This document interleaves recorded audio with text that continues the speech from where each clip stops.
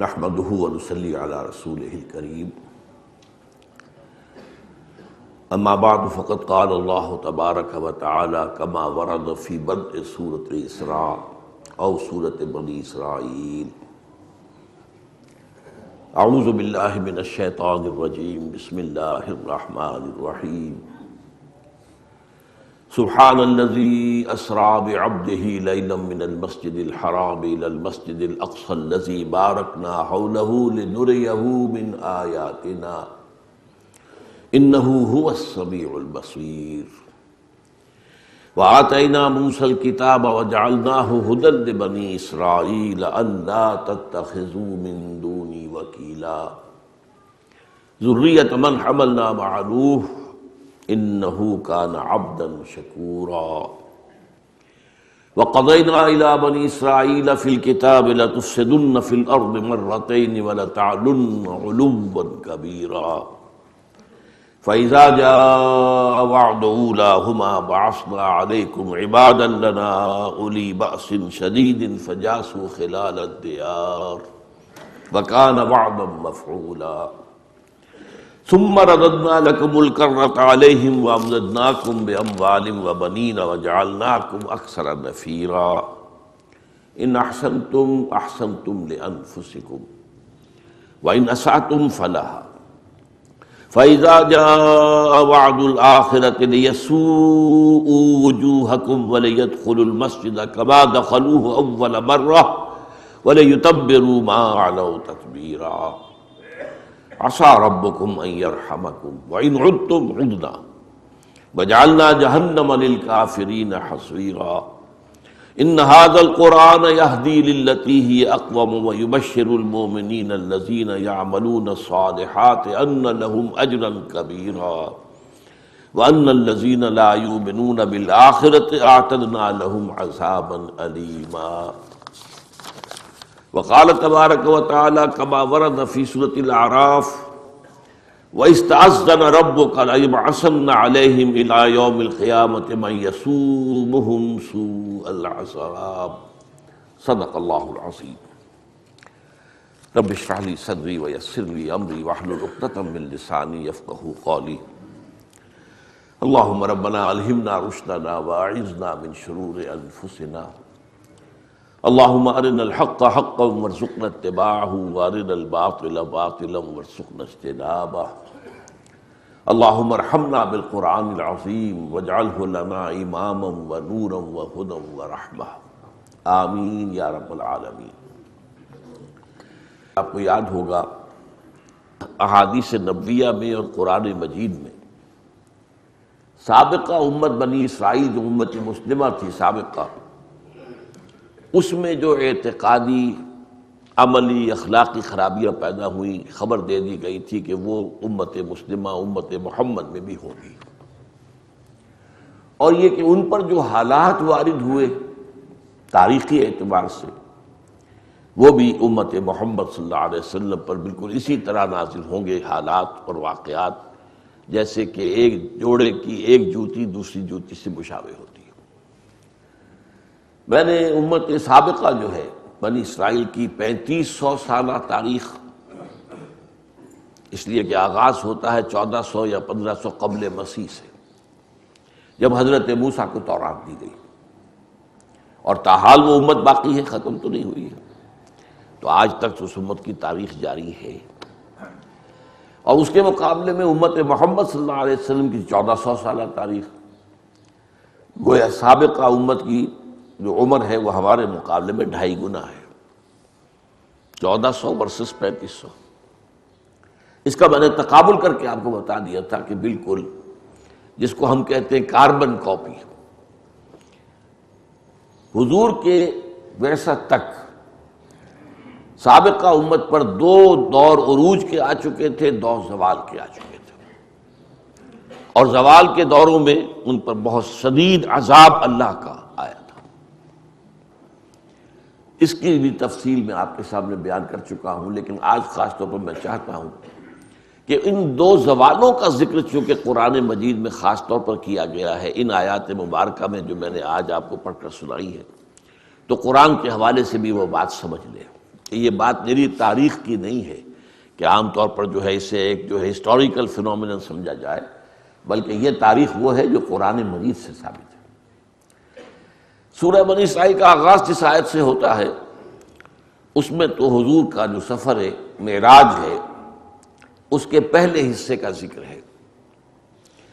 معراج تو اصل میں ہونی تھی آسمانی، لیکن وہ مکے سے بھی ہو سکتا تھا براہ راست، مسجد حرام سے ہی سیدھے حضور کو آسمانوں کی طرف لے جایا جاتا۔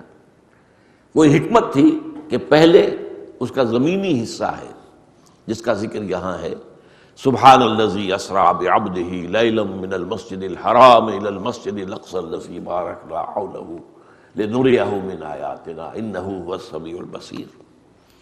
بڑی بابرکت ذات ہے اور بہت ہی پاک ہے پاک ذات جو لے گئی اپنے بندے کو صلی اللہ علیہ وسلم ایک رات مسجد حرام سے مسجد اقصی تک، تاکہ وہاں اسے اپنی آیات کا مشاہدہ کرائے۔ اس کی حکمت کیا تھی؟ اس کی حکمت یہ تھی کہ یروشلم یا بیت المقدس جہاں وہ مسجد اقصی تھی، یہ سابقہ امت کا مرکز تھا، بنی اسرائیل کا مرکز۔ وہی حضرت سلیمان نے اپنی مسجد بنائی تھی، ہم تو اسے مسجد کہیں گے، قرآن مسجد کہتا ہے، اب وہ اسے چاہے ٹیمپل کہیں ہیکل کہیں جو چاہیں کہہ لیں، لیکن حضرت سلیمان کا بنایا ہوا ہیکل، کنگ سولومنز ٹیمپل جیسے، تو وہ مرکز تھا ان کا۔ اور یہاں جو مکہ مکرمہ ہے اب یہ مرکز بن رہا تھا امت محمد کا صلی اللہ علیہ وسلم۔ تو گویا کہ حضور کو پہلے سفر کا یہ حصہ طے کرا دیا گیا بطور علامت کہ سابقہ امت کا بھی کی ساری وراثت جو ہے دینی روحانی وہ بھی امت محمد کو منتقل ہو جائے گی۔ یہ حضور کی جو امت ہے امت محمد صلی اللہ علیہ وسلم، یہ اب ان دونوں سلسلوں کی، حضرت اسحاق سے چلنے والا سلسلہ اور حضرت اسماعیل سے چلنے والا سلسلہ، ان دونوں کو یکجا کر دیا جائے گا محمد عربی صلی اللہ علیہ وسلم کی بعثت میں۔ اس کے بعد فرمایا کہ وَآتَيْنَا مُوسَى الْكِتَابَ وَجَعَلْنَاهُ هُدًى لِبَنِي إِسرائِيلَ۔ اس وقت میں آیات کا درس نہیں دے رہا ہوں، صرف اشارات کر رہا ہوں ان کے حوالے سے۔ اور ہم نے موسیٰ کو کتاب عطا کی اور اسے ہدایت نامہ بنایا بنی اسرائیل کے لیے۔ اب یہ بھی بات جو ہے بہت نوٹ کرنے کی ہے، میں نے کہا تھا کہ بطور قوم تو یہودیوں کی تاریخ حضرت یعقوب سے شروع ہو جاتی ہے، وہ تو گویا کہ 1800 قبل مسیح یا 1900 قبل مسیح کا معاملہ ہے، لیکن بطور امت شروع ہوئی ہے تاریخ جب کہ کتاب دے دی گئی، تورات دے دی گئی صحرا سینا میں، اس کا ذکر کر دیا گیا۔ موسیٰ کو کتاب عطا کی اور اس سے ہم نے بنی اسرائیل کے لیے ہدایت نامہ بنایا، اور اس میں اشارہ ہو گیا یہ پوری نوع انسانی کے لیے ہدایت نامہ نہیں تھا۔ ہدی للناس تو یہ قرآن ہے جو حضور پر نازل ہوا ہے، ہدی لبنی اسرائیل، بنی اسرائیل کے لیے ہدایت۔ اللہ تتخذوا من دونی وکیلا، اب اس میں ایک نقطہ بیان ہو گیا کہ تورات کی اور قرآن کی سب کی مشترکہ تعلیم کا لب لباب کیا ہے؟ اللہ کے سوا کسی اور کو اپنا کارساز نہ سمجھنا، توحید کا یہ لب لباب، لا حول ولا قوت الا باللہ، اس بات کو ذہن نشین کر دیا جائے۔ اللہ تتخذوا من دونی وکیلا ذریۃ من حملنا مع نوح انہ کان عبدا شکورا، اور تم اولاد ہو انہی کی جنہیں ہم نے سوار کرایا تھا نوح کی کشتی میں، اور یقیناً ہمارا بندہ جو ہے نوح وہ بہت ہی ہمارا ایسا بندہ تھا جو شکر گزار تھا۔ اب اس کے بعد آ رہے وہ تاریخی حوالے۔ وَقَضَيْنَا إِلَىٰ بَنِي إِسْرَائِيلَ فِي الْكِتَابِ لَتُفْسِدُنَّ فِي الْأَرْضِ مَرَّتَيْنِ وَلَتَعْلُنَّ عُلُوًّا كَبِيرًا، اور ہم نے پہلے ہی بتا دیا تھا بنی اسرائیل کو کتاب میں، یعنی یہ پیشین گوئیاں تورات میں تھیں، کہ تم 2 مرتبہ بہت سرکشی کرو گے، فساد مچاؤ گے، دنیا کے اندر گمراہی کی بہت نئی نئی جو ہے راہیں ایجاد کرو گے، تو یہ اور بہت زیادہ تم سرکشی کرو گے۔ اب اس میں نوٹ کیجئے گا کہ اس میں 2 دوروں کا ذکر ہے، لیکن ان پہلا دور میں نے بتایا تھا کہ اس میں آغاز ہوا تھا 700 قبل مسیح میں، جبکہ اسوریوں نے، آشوری یا اسیرینز شامی قوم، اس نے جو اسرائیل کی مملکت تھی اسے ختم کیا۔ قرآن اس کا ذکر نہیں کر رہا، قرآن اس دوسرے مرحلے کا ذکر کر رہا ہے جب کلدانی آئے، نبوکدنضر آیا، اور اس نے نہ صرف یہ کہ یروشلم کو برباد کیا بلکہ وہ جو مسجد تھی مسجد اقصی اس کو بھی مسمار کر دیا۔ مسجد کے حوالے سے جو اہمیت اس کی تھی وہ پہلی بات کی نہیں تھی، وہ صرف ایک سیاسی واقعہ تھا، اس میں معاملہ یہ بھی تھا کہ مسجد اقصی برباد کی گئی۔ تو فرمایا فَإِذَا جَاءَ وَعْدُ الْآخِرَةِ وعد اولاہما، جب دو جو ہم نے کہے تھے دو مرتبہ ایسے آئیں گے تاریخ میں، جب ان کے پہلا موقع آیا بَعَثْنَا عَلَيْكُمْ عِبَادًا لَنَا أُولِي بَأْسٍ شَدِيدٍ، ہم نے تم پر مسلط کر دیے اپنے وہ بندے جو بہت جنگجو تھے، فرشس لوگ تھے، بہت سخت تھے۔ فجاسوا خلال الدیار، وہ تمہاری بستیوں کے اندر گھس گئے، تمام بستیوں کے اندر تہو بالا کر دی، تمہاری ساری آبادیاں تلپٹ کر دی۔ وکان وعدا مفعولا، اور اللہ کا وعدہ پورا ہو کر رہا۔ پہلا دور تمہارا یہ آیا جو بغاوت کا تھا، فساد کا تھا، اس پر جو اللہ کے سزا کے کوڑے پڑے ہیں، میں آپ کو بتا چکا ہوں، لاکھوں یہودیوں کو یروشلم میں قتل کیا ہے، اور لاکھوں کو پھر وہ بھیڑ بکریوں کی طرح ہانک کر، ظاہر بات، اور ٹرک تو ہوتے نہیں تھے اس زمانے میں جیسے کہ پی او ڈبلیوز کو جو ہے ٹرکوں میں سوار کرا کے لے جایا جائے، بلکہ وہ تو بیڑوں بکریوں کے ریوڑوں کی طرح لے کر گئے ان کو، اور بیبیلونیا میں انہیں کیپٹیوٹی میں رکھا، اسے وہ کہتے ہیں ہمارا دور اسیری کیپٹیوٹی۔ لیکن اس کے بعد پھر اس کا ذکر یہاں نہیں ہے۔ اس کے بعد یہ کہ ایک دور آیا، انہوں نے توبہ کی، حضرت عزیر علیہ السلام کی دعوت پر لبیک کہا، انہوں نے اپنی اصلاح کی، عقائد بھی درست کیے، اپنے اعمال بھی درست کیے، تو پھر اللہ تعالیٰ نے انہیں عروج دیا۔ اس عروج کا ذکر نہیں ہے۔ پھر جو دوسرا زوال آیا اس کا ذکر ہے۔ اس میں پہلے عروج کی جو درمیان میں انہیں وقفہ ملا ہے اس کا ذکر کیا گیا ہے، ثم رددنا لکم الکرۃ علیہم، تمہاری اس پہلی شکست و ریخت کے بعد ہم نے تمہیں باری لوٹا دی ان پر، وَأَمْدَدْنَاكُمْ بِأَمْوَالٍ وَبَنِينَ وَجَعَلْنَاكُمْ أَكْثَرَ نَفِيرًا، اور تمہاری مدد کی بیٹوں سے بھی اور مال سے بھی، اور تمہاری تعداد بھی کثیر کر دی۔ اب یہ دوسرا عروج جو آیا، لیکن اس کے بعد ایک اصول بیان کر دیا، ان احسنتم احسنتم لانفسکم، اگر تم نے کوئی بھلا کیا اپنے لیے کیا، اس کا اجر و ثواب تمہارے لیے اللہ کے ہاں محفوظ ہے۔ وَإِنْ أَسَأْتُمْ فَلَهَا، کوئی برائی کمائی ہے تو وہ بھی اپنے اوپر کمائی ہے، وہ تمہارے نفس کے اوپر جو ہے وہ وبال جو ہے اس کے ذریعے سے آ کر رہے گا۔ فَإِذَا جَاءَ وَعْدُ الْآخِرَةِ، جب دوسرے عذاب کا وقت آیا، لِيَسُوءُ وُجُوهَكُمْ، اب یہاں پر وہ الفاظ محذوف ہیں، بَعَثْنَا عَلَيْكُمْ عِبَادًا لَنَا أُولِي بَأْسٍ شَدِيدٍ، ان کو قرآن مجید جو ہے الفاظ کے اندر کمی کرتا ہے، جہاں کوئی چیز از خود واضح ہو جائے تو اس کو محذوف کر دیتا ہے۔ تو تمہارے اوپر پھر مسلط کر دیے ہم نے جو بہت ہی خونخوار لوگ تھے، تاکہ تمہارے حلیے بگاڑ دیں۔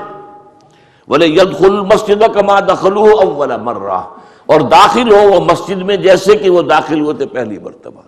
جیسے نبوکدنضر نے تباہ کی تھی مسجد اقصیٰ، ایسے ہی ٹائٹس رومی نے دوبارہ جو ہے اس کو دوبارہ انہوں نے بنا لیا تھا، لیکن اس کی بھی تعبیر جو ہے اس کو اس نے ختم کر دیا۔ عَسَىٰ رَبُّكُمْ أَن يَرْحَمَكُمْ، اب یہ اصل میں ایک خاص جو ہے اس امت کے ساتھ اللہ کا معاملہ ہے، اس کا حصہ رہ گیا، وہ بھی پڑھ لیجئے۔ فَإِذَا جَاءَ وَعْدُ الْآخِرَةِ لِيَسُوءُ وُجُوهَكُمْ وَلِيَدْخُلُوا الْمَسْجِدَ كَمَا دَخَلُوهُ أَوَّلَ مَرَّةٍ وَلِيُتَبِّرُوا مَا عَلَوْا تَتْبِيرًا، جب وہ دوسری صدا کا وقت آیا تو ہم نے ایسے لوگ مسلط کیے جو وہ لوگ انہوں نے تمہارے حلیے بگاڑ دیے اور مسجد میں داخل ہوئے، اس کی بے حرمتی کی، اس کو گرایا بھی جیسے کہ پہلی مرتبہ داخل ہوئے تھے، اور جس چیز پر بھی ان کو اختیار مل گیا اس کو تباہ و برباد کر دیا۔ عَسَىٰ رَبُّكُمْ أَن يَرْحَمَكُمْ، یہ ایک خاص رعایت ہے جو اس قوم کے ساتھ ہوئی ہے۔ تمہارا رب اب بھی تم پر رحمت فرمانے کو تیار ہے،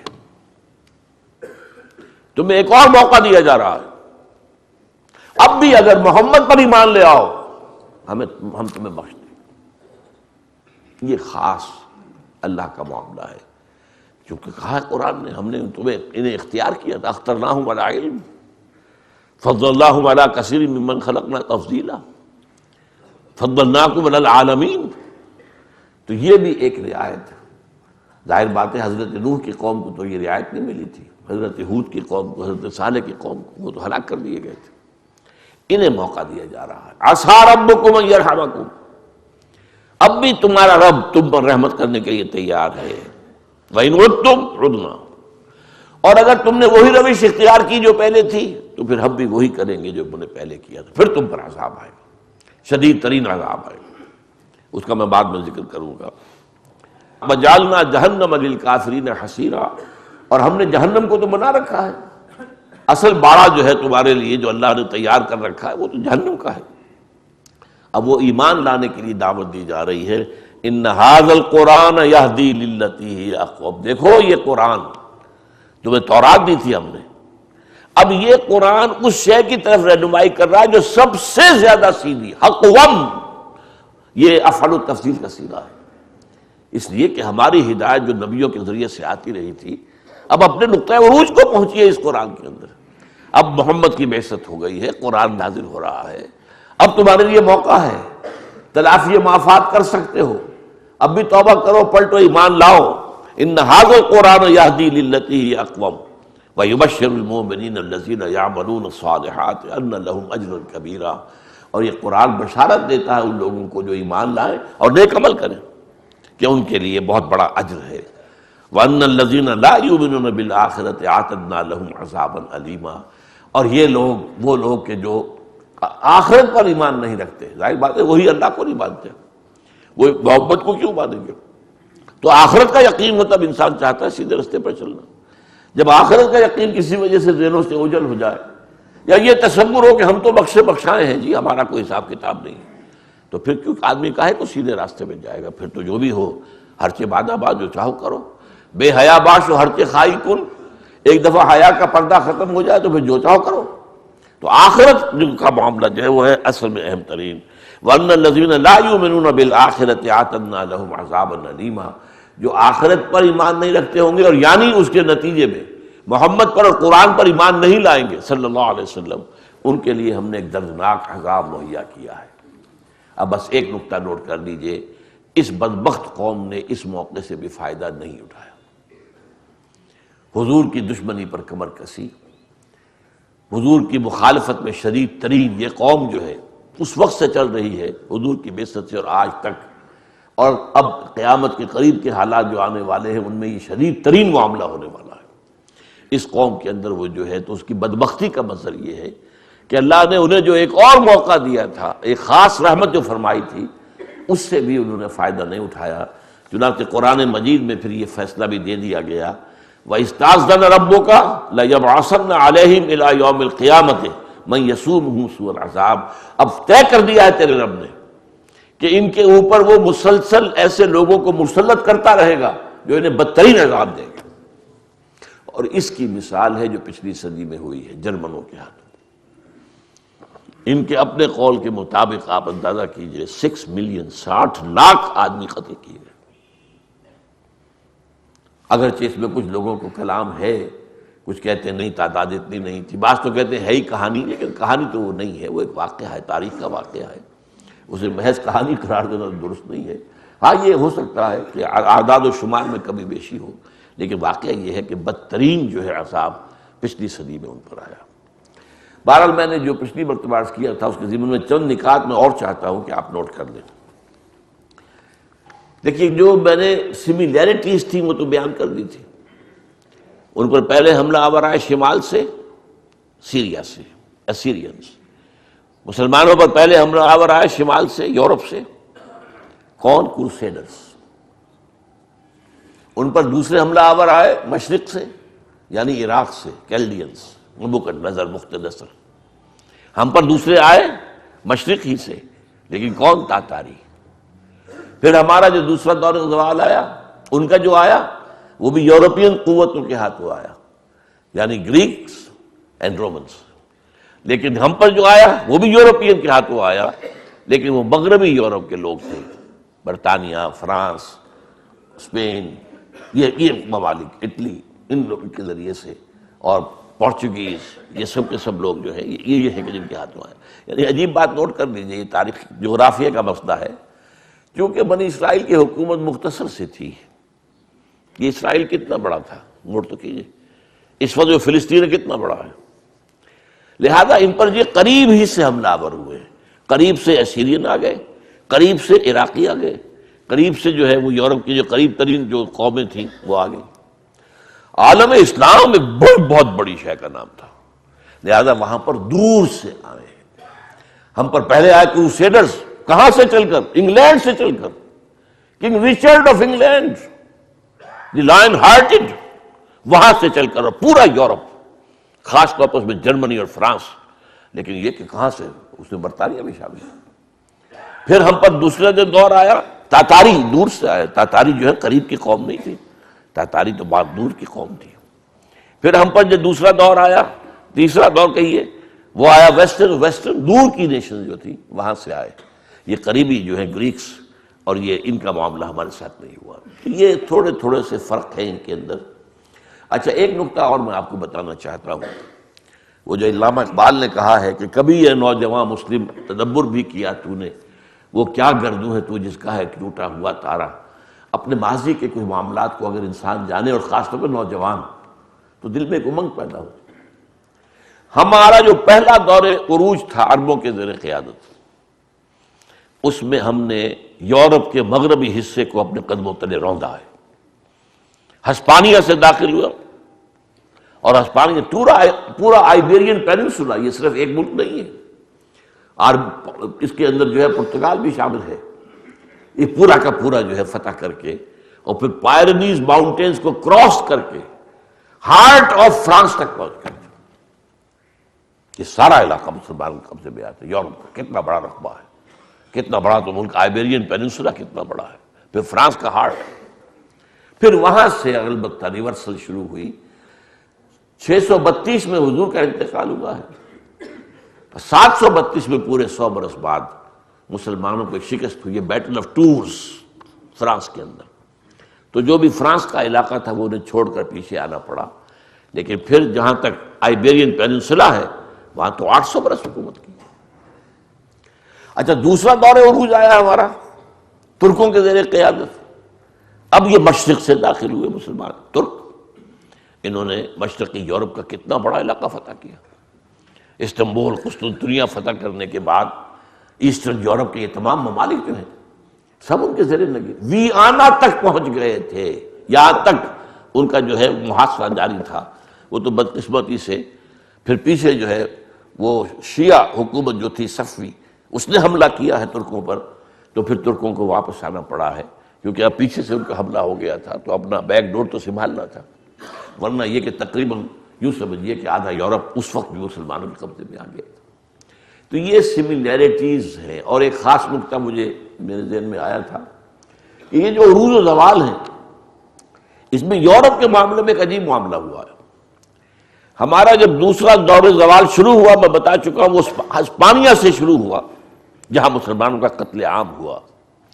یہ 15ویں صدی کے آخر میں اور 16ویں صدی کے شروع میں ایک ایک شخص یا قتل ہو گیا، جلا دیا گیا، یا لوگوں کو بھر بھر کر جہازوں میں اور جا کر شمالی افریقہ کے ساحل کے اوپر پھینک دیا گیا، ڈمپ کر دیا گیا.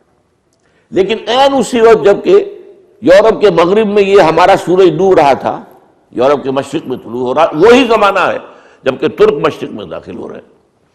تو یہ جو جہاں میں اہل ایمان صورت خورشید جیتے ہیں، ادھر ڈوبے ادھر نکلے، ادھر ڈوبے ادھر نکلے، تو یہ صورتحال بھی جو ہے بڑی خوبصورتی کے ساتھ اس نقشے میں ہمارے سامنے آتی ہے.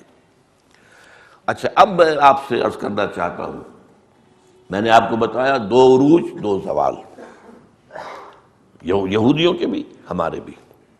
لیکن 20ویں صدی عیسوی جو ہے اس کے آغاز میں ایک تیسرا عروج شروع ہوا ہے یہودیوں کا بھی، اور تیسرا عروج شروع ہوا مسلمانوں کا بھی. یہ 20ویں صدی بڑی عجیب ہے. اس میں 2 فینومینن چل رہے ہیں سائڈ بائی سائڈ.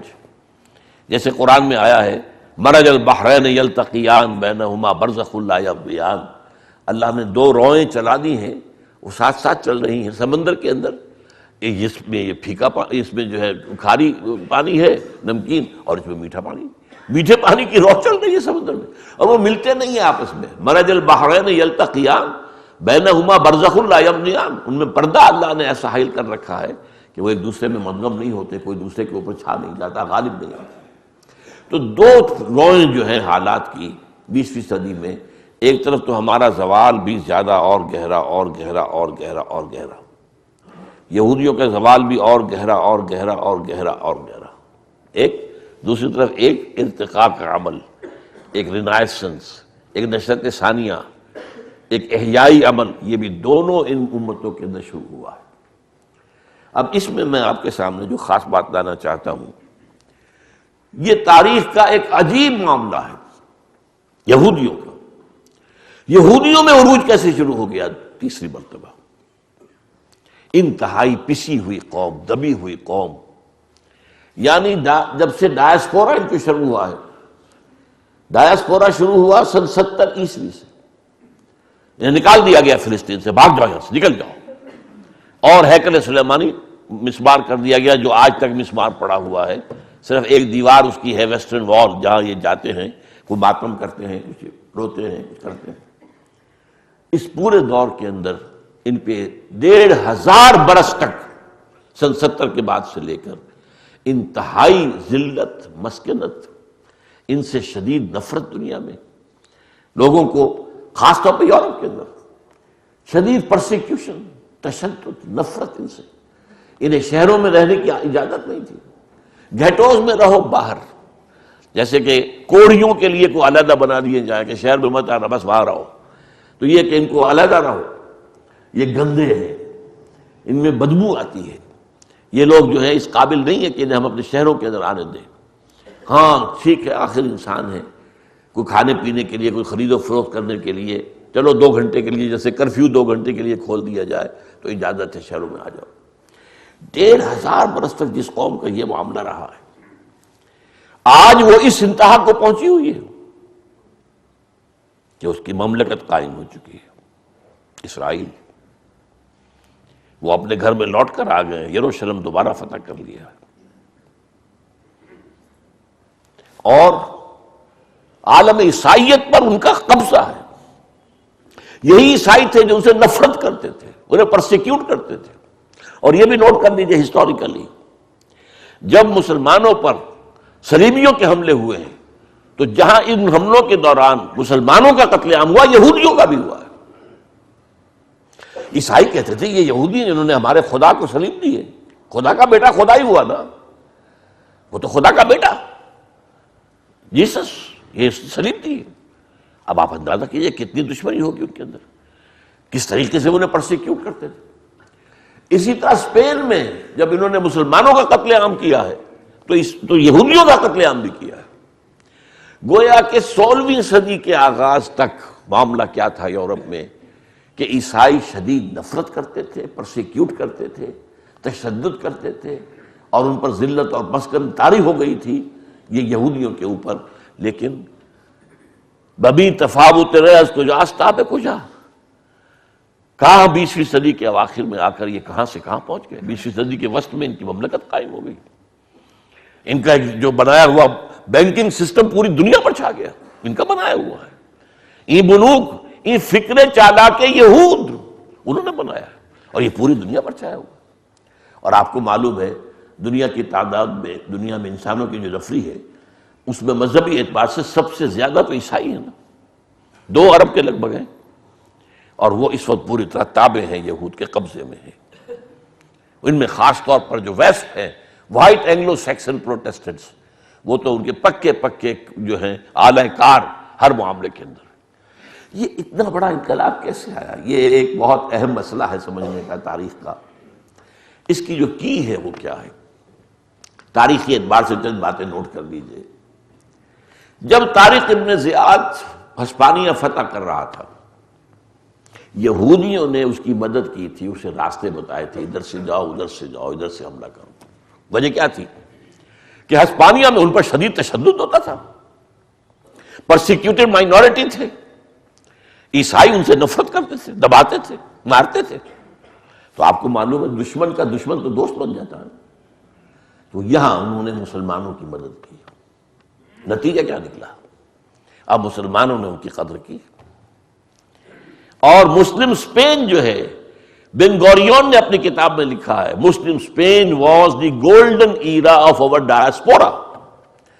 ہمارا ڈائسپورا جو شروع ہوا تھا سن 70 عیسوی سے، اور جو 1917 تک جاری رہا، اس ڈائسپورا، یہ انتشار، دور انتشار، کہ ہم جو ارض مقدس سے نکال دیے گئے اور پوری دنیا میں منتشر کر دیے گئے، اس کا گولڈن ایرا کون سا ہے؟ وہ مسلم اسپین ہے۔ وہاں ان کی عزت کی گئی، ان کو وہ حیثیت حاصل ہو گئی، انہوں نے چونکہ مدد کی تھی فتح کرنے میں، وہ فوری اس کا جو ہے منطقی نتیجہ یہ تھا۔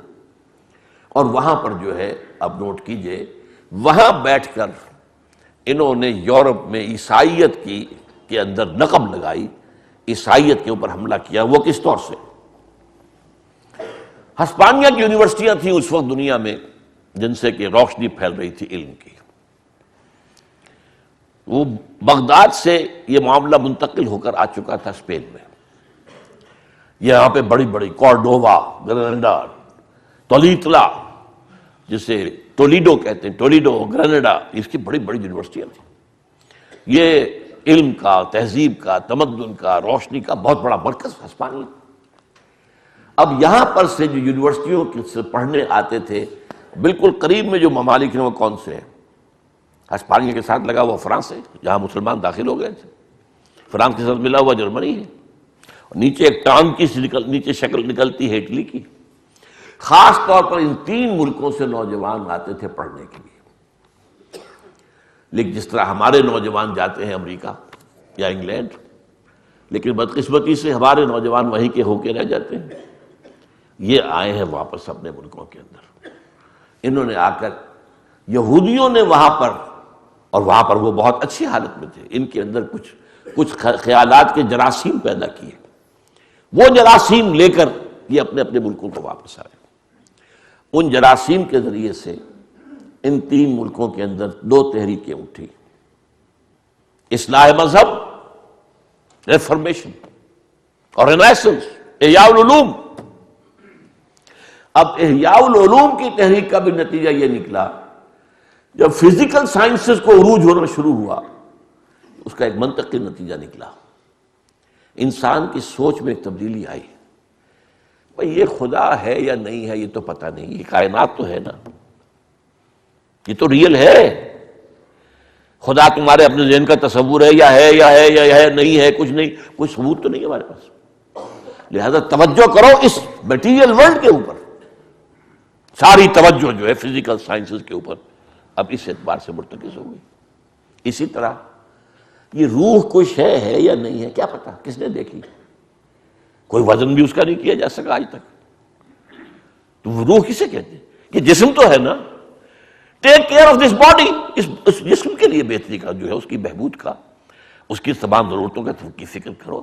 روح ہے یا نہیں ہے، چھوڑو اس مسئلے کو، یہ بحث ایک منطقی سی بحث ہے۔ اسی طرح نمبر 3، کوئی اور زندگی ہے یا نہیں، لائی آفٹر ڈیتھ، کیا پتا ہے کہ نہیں؟ کس نے آگے بتایا واپس مرنے کے بعد؟ کوئی نہیں جانتا۔ یہ زندگی تو ہے نا، اسے سنوارو۔ اب تمہارا نظام ہونا چاہیے، تمہاری تہذیب ہونی چاہیے، تمہارے اندر جو ہے سوشل سیکیورٹی کا نظام ہونا چاہیے، بہتر زندگی بناؤ، بہتر ریاست قائم کرو۔ یہ 3 versus 3، اس پر میرا ایک کتاب چاہے اسلام کی نشرت ثانیہ کرنے کا اصل کام، کہ اس مغربی تہذیب کا جو مرکزی نقطہ ہے وہ کیا ہے۔ وہ یہ نہیں کہتے کہ ہم خدا کا انکار کرتے، کیا پتا بھائی ہے یا نہیں ہے، ٹھیک ہے ہوگا، we don't say he is not their, لیکن یہ کہ کچھ آپ ثبوت تو نہیں ہے نا۔ کائنات ہے اصل شے، اس پر توجہ کرو۔ روح ہے یا نہیں، ہم نہیں کہتے کہ نہیں ہے، ہوگی، لیکن جسم تو ہے نا، اس میں تو اختلاف نہیں ہے، تو ساری توجہ اس پر کرو۔ یہ حیات دنیاوی تو ہے نا، اس کا کوئی انکار کر سکتا ہے؟ اس کا تو کیا پتا ہے یا نہیں، آخرت کی خبر خدا جانے۔ تو یہ ہے اصل میں شفٹ آف ایمفیسس، ذات باری کی بجائے کائنات، روح کی بجائے جسم، حیات اخروی کی بجائے حیات دنیاوی۔ اور دین اور مذہب کا مرکزی نقطہ کیا ہے کہ اصل زندگی آخرت کی زندگی ہے۔ وَإِنَّ الدَّارَ الْآخِرَةَ لَهِيَ الْحَيَوَانُ لَوْ كَانُوا يَعْلَمُونَ۔ تو مذہب کی جڑ کٹ گئی کہ نہیں کٹ گئی؟ یہ سارے اثرات اصل میں اس رینیسنس کی اس موومنٹ کے اندر، اور اس میں یہودیوں کا فکر جو ہے، اور وہ عیسائیت کو کرپٹ کرنے کے لیے، معاشرے کو کمزور کرنے کے لیے انہوں نے یہ چالیں چلی۔ اصلاح مذہب میں انہوں نے کیا کیا؟ یہ کیا ہے؟ یہ جو ہے پوپ مختار مطلق بن کے بیٹھا، وہ ہی بھائی بائبل ہے تمہارے سامنے، بائبل پڑھو، this is the word of God. Pope تو ایک انسان ہے نا۔ تو پاپائیت کے خلاف بغاوت، یہ ریفارمیشن ہے۔ پوپ جب تک تھا ایک نظام تھا ان کا مذہبی، لیکن یہ کہ اس نے بغاوت کروائی۔ اور یہ نوٹ کر لیجئے کہ یورپ کے ممالک میں بلکہ پوری دنیا میں اس اعتبار سے انگریز جو ہے، اینگلو سیکسنز، ان میں ایک عجیب صلاحیت ہے۔ ایک طرف یہ اپنی روایت کو بھی پکڑے رکھتے ہیں مضبوطی سے، لیکن ہر نئے آئیڈیا کو بھی لینے کو تیار ہوتے ہیں، اس کو اپنے اندر انکارپوریٹ کر لیتے ہیں۔ یہ نہیں کہ پہلی چیز کو ختم کر کے دوسری شروع کی جائے، پہلی بھی رہے، ہماری روایات ہیں۔ آج تک بادشاہت بھی رکھی ہوئی ہے اور بہترین جمہوریت بھی ہے، لیکن بادشاہت ہے، علامتی کہہ لیں، سمبولک کہہ لیں، لیکن رکھی ہوئی جو ہے نا۔ فرانس میں تو خاتمہ ہوا، جرمنی میں خاتمہ ہوا، ہر جگہ خاتمہ ہوا، یورپ میں اور کئی ممالک میں بھی ہے، لیکن اس میں سب سے زیادہ جو ہے ان انگریزوں میں ہے۔ انہوں نے اس سارے تھاٹ کو قبول کیا سب سے آگے بڑھ کر، اور پہلی بغاوت جو پوپ کے خلاف ہوئی یورپ میں، وہ انگلینڈ میں ہوئی۔ چرچ آف انگلینڈ قائم ہو گیا علیحدہ، nothing to do with the Pope, we are independent۔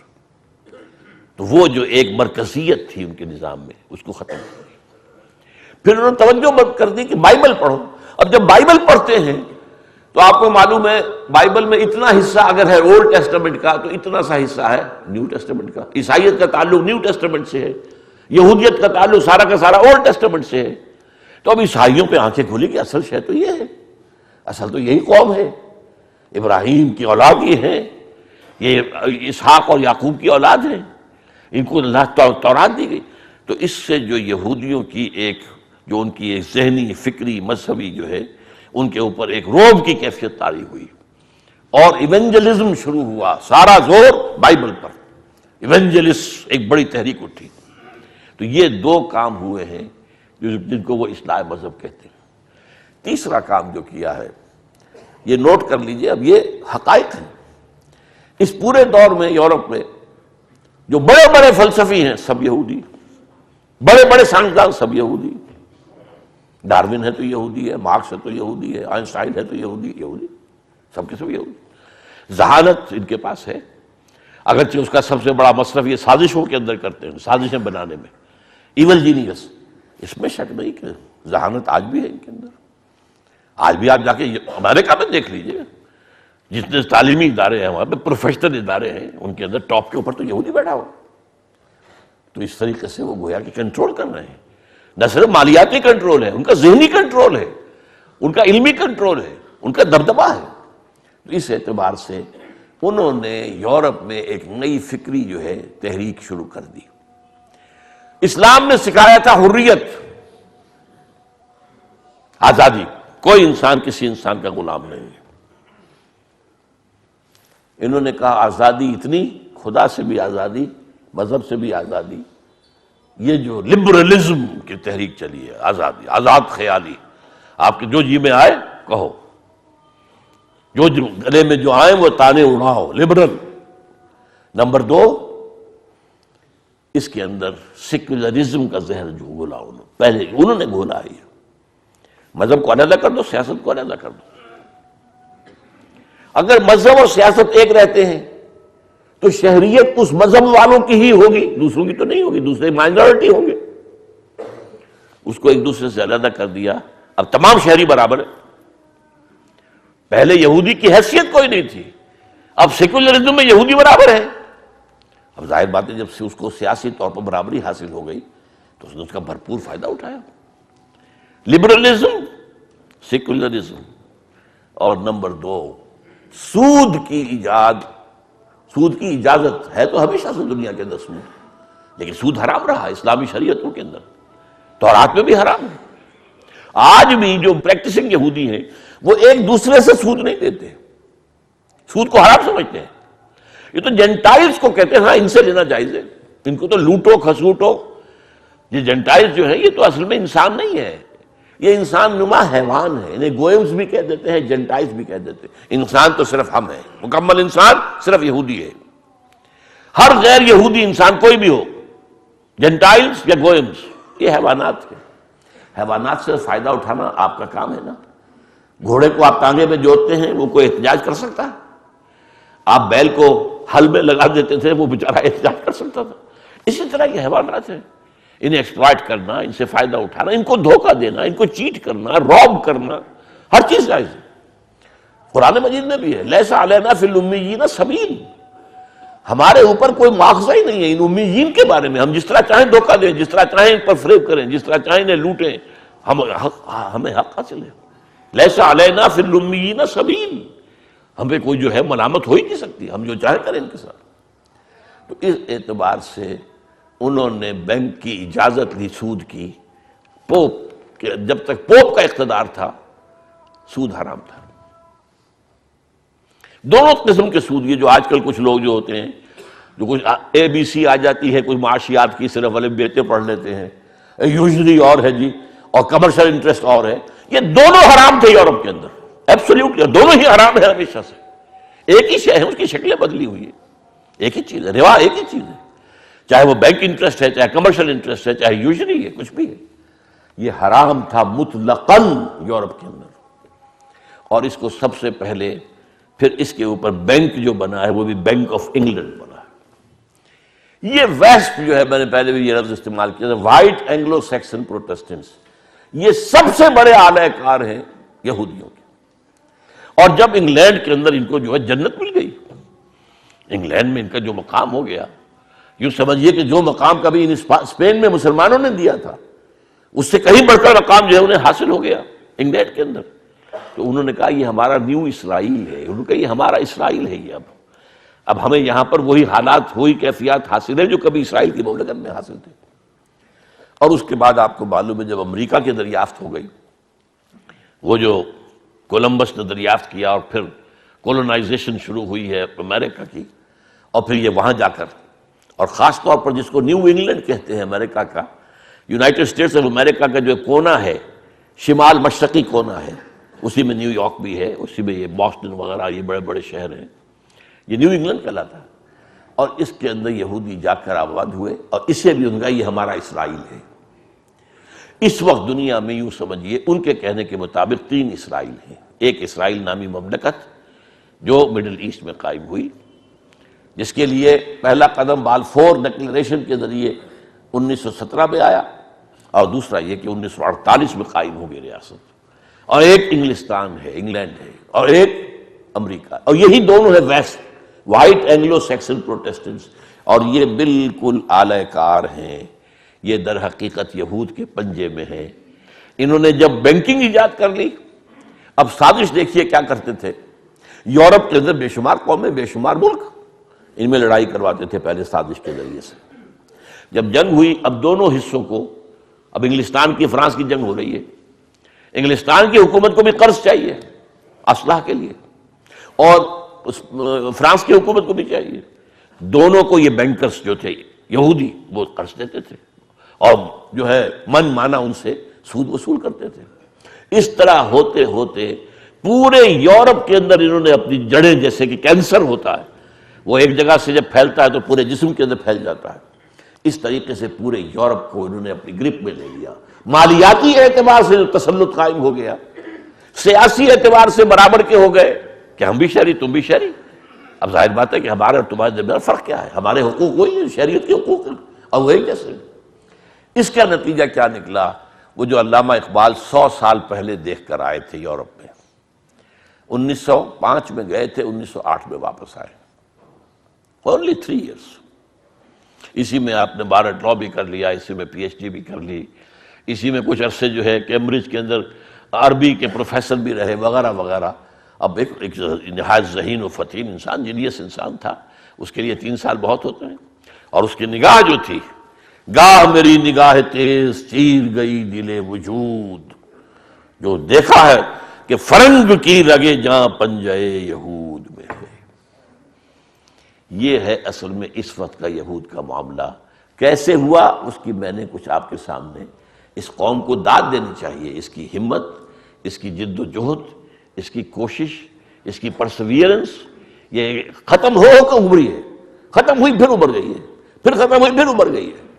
نبوکدنضر کی تباہی کے بعد ابھر گئی.